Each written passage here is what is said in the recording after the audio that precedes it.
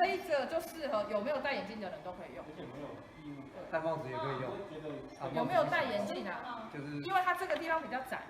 如果这样长情况戴的时候要小心。后来选这一支，它后面可以。后来选这个的原因，像这样子是因为它这里增加它的弹性比较好。对啊。如果你的活动没有很大的情况下，套上去就可以了。就是如果说第一线的人，或者是我们量体温的人的同仁，就可以。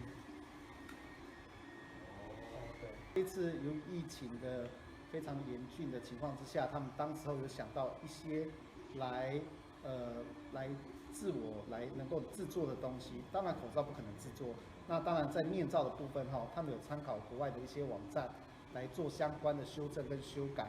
那用3D 列印的技术把它做成了可以做防护的部分。那加起来整组都不用非常贵的价钱，可能30块就可以搞定的一个部分。